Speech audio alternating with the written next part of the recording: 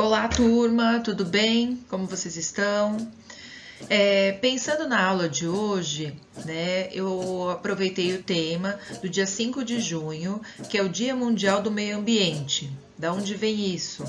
O Dia Mundial do Meio Ambiente foi instituído pela ONU para que as pessoas se preocupassem, dessem atenção ao meio ambiente, cuidassem do meio ambiente, pensassem em ações para a preservação do meio ambiente. E o que tem a ver isso com arte? Eu pensei na arte está ligada à cultura indígena, porque não tem como separar o cuidar do meio ambiente dos indígenas. E aí a gente vai conhecer um pouquinho mais sobre essa cultura, sobre o fazer artístico deles. E como eles estão muito ligados à natureza, eles preservam a natureza, eles multiplicam, eles cuidam, e isso é muito importante para nós. Então eu quero apresentar para vocês Ailton Krenak, um indígena. Ele é escritor, ele é ativista, ele defende o meio ambiente. E o que ele diz sobre esse assunto? Ele fala que o branco, ele só tem o propósito de retirar. Parece que ele está indo no almoxarifado, parece que ele está indo ali numa despensa, numa lojinha, e só tirando. E o indígena já não, o indígena já tem um respeito ao meio ambiente, tem um respeito à natureza, ele não tem essa destruição, mas sim esse cuidado. Ele trata a natureza como um ente querido, ele tem um respeito como o seu pensamento principal. E aí, alguns dados do ano passado, mas deste ano também tem acontecido muito, as queimadas nas florestas. Então essa imagem mostra os pontos de florestas que foram destruídos. Então a floresta amazônica agora nesse tempo de seca, muitas queimadas estão acontecendo lá. Aí mais uma imagem das queimadas nas nossas florestas.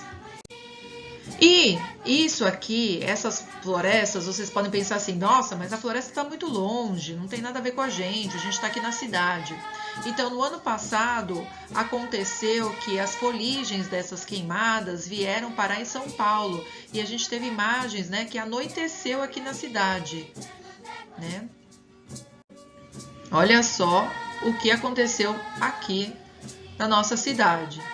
Então a floresta interfere sim na nossa vida, porque ela manda as chuvas, ela influencia no clima. Então a gente está muito ligado à natureza e às florestas. Mas falando dos indígenas, falando da arte, quem são esses indígenas? Onde vivem? Como é a sua arte? Então a gente acaba pensando no indígena, no índio único, vivendo na floresta. Então, vamos conhecer um pouquinho deles. Os indígenas, eles eram de 5 a 8 milhões na época da chegada dos portugueses. Hoje temos só 900 mil. Tinham 1.400 povos. Hoje, 305 povos. 1.200 línguas. 183 línguas. A gente acha que o índio tem uma única língua, só que não. São etnias diferentes, povos diferentes. E aqui tem um pouco de algumas das etnias que temos aqui no Brasil. Olha a quantidade de nomes. Não sei se vocês conhecem alguma das etnias que estão escritas aqui.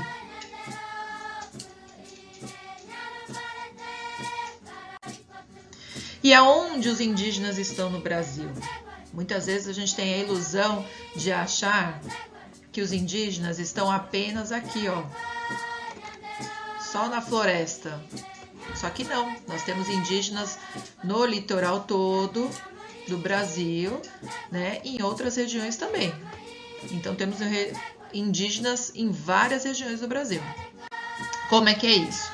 55% dos indígenas moram na região amazônica, mas olha a quantidade de indígenas que não estão nas florestas, 45%. É muita gente. E aí, para contar um pouco para vocês, temos indígenas morando na cidade de São Paulo. Onde eles vivem? Eles vivem no Jaraguá.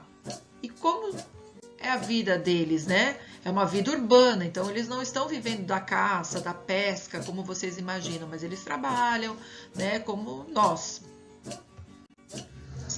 E aqui tem uma foto de um indígena lá no Pico do Jaraguá, cuidando da sua cultura.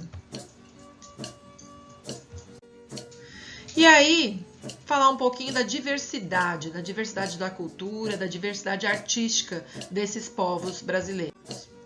Então, se você pensar no cocar, às vezes a gente imagina um único modelo, mas não, existem vários modelos de enfeites, de adornos, do cocar, dos colares. Então, as pinturas corporais são bem diferentes de acordo com cada etnia, de acordo com cada evento, a cada acontecimento na tribo. Olha só a pintura facial aqui.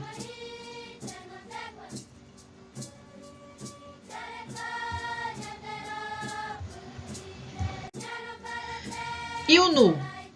Às vezes a gente acha que o indígena só vive, né? Vive nu, só que não é verdade isso.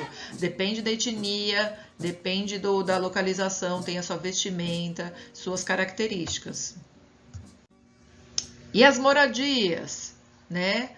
A gente acha a oca um único modelo, também não. Temos casas de alvenarias aqui no Pará, né? Aí tem a oca mais tradicional, vivendo um grande conjunto de pessoas. Então depende da comunidade, depende da localização, a moradia vai ser diferente. E aqui aconteceu ano passado uma exposição no Memorial da Resistência, que fica no centro de São Paulo, sobre a cultura indígena. E eu quero apresentar para vocês alguns objetos artísticos deles.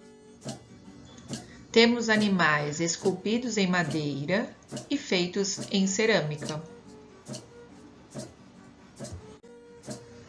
A peteca, um brinquedo tradicional conhecido por todos. As armas de flecha, de arco. As cestas. Isso é um tipo de cesta, né? De um povo. O instrumento musical, o chocalho. Um tipo de cerâmica do povo Cadivel. Então, depende da etnia, depende da tribo. Nós vamos ter tipos de cerâmica, tipos de cestas e tipos de colares.